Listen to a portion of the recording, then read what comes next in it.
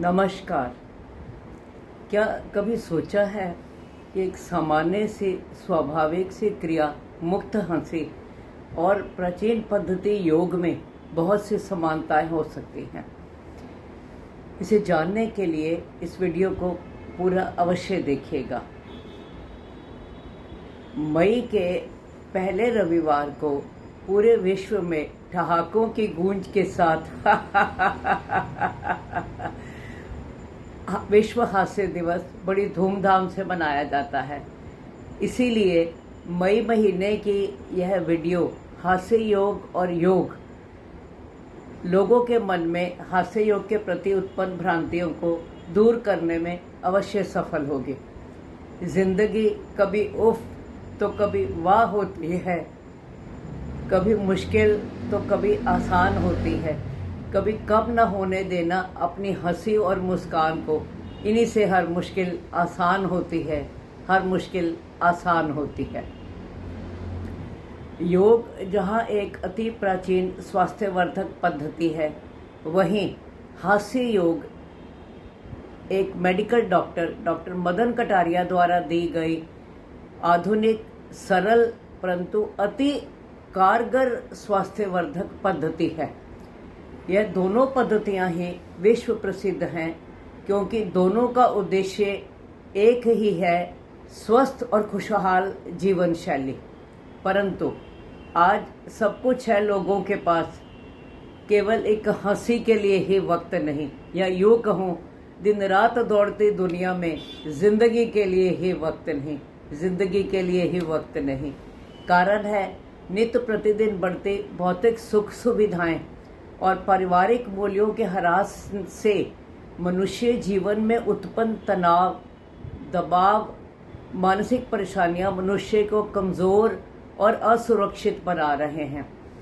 इन सब से उबरने का सबसे सरल और सस्ता उपाय है हास्य योग, जो न केवल जीवन की आवश्यकता है अपितु एक कला है, आनंद है, टॉनिक है, जीवन का प्रतीक है, रामबाण औषधि है, करना सबसे सरल और आसान है, और सबसे विशेष बात केवल इंसान को दिया प्रभु का अनमोल वरदान है। हास्य योग का संपूर्ण वैज्ञानिक आधार भी है। इससे होने वाले लाभों पर 450 से अधिक रिसर्च पेपर प्रकाशित हो चुके हैं, जिनमें क्लियरली बताया गया है कि शारीरिक और मानसिक रोगों से दूर रहने के लिए सबसे सस्ती दवा है हास्य योग। पतंजलि सूत्र में योग की परिभाषा देते हुए कहा गया है, योगः चित्तवृत्ति निरोधः, यानी चित्तवृत्तियों पर नियंत्रण ही योग है। और यह परिभाषा हास्य योग पर भी खरी उतरती है, क्योंकि खुलकर हंसते हुए हमारा मन, शरीर और आत्मा एक सार हो जाते हैं। दिमाग हंसते हुए और कुछ नहीं कर सकता, शून्य हो जाता है। यानी मुक्त हंसी है मन की सत्ता का विसर्जन। इसीलिए ओशो, एक महान दार्शनिक ओशो कहते हैं, laughter is an instant meditation. दूसरी बात, यौगिक क्रिया में सांस लेने से अधिक समय सांस छोड़ने में लगाया जाता है, ताकि फेफड़ों की अशुद्ध वायु बाहर निकल जाए। वही क्रिया मुक्त हंसी में भी होती है, बल्कि वैज्ञानिक खोजों में पाया गया है कि हंसते हुए फेफड़ों की अधिक अशुद्ध वायु बाहर निकलती है, जिससे ऑक्सीजन की मात्रा अंदर अधिक जाती है और फेफड़ों की क्षमता बढ़ती है।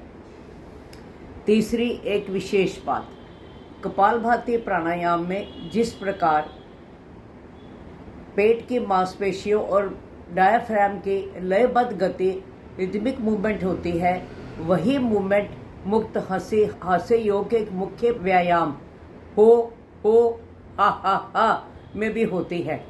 आप ध्यान से देखिएगा, हो हा हो हा। चौथी मुख्य बात, यौगिक फिलॉसफी के अनुसार पूर्ण स्वास्थ्य की निशानी है हमारी तीनों मुख्य प्रणालियां, श्वसन, संचार और पाचन प्रणालियां सभी सुचारू काम करें।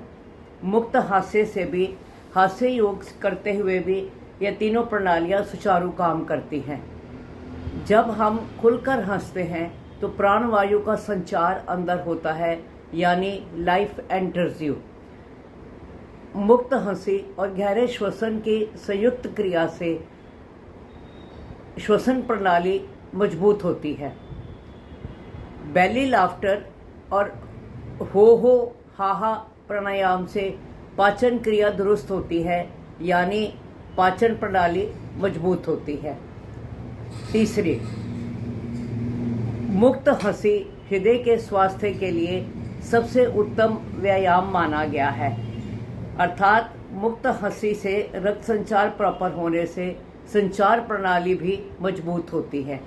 इसीलिए डॉक्टर कटारिया कहते हैं, we are paying high price for taking life seriously, now it is time to take laughter seriously.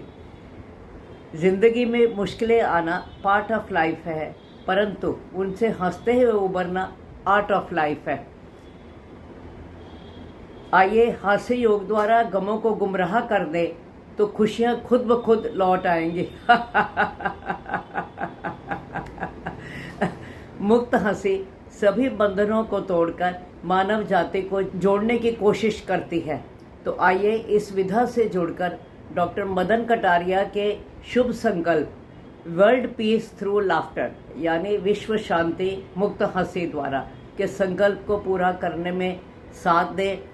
और अधिक जानकारी के लिए कमेंट बॉक्स में कमेंट करें, आपको उत्तर अवश्य मिलेगा।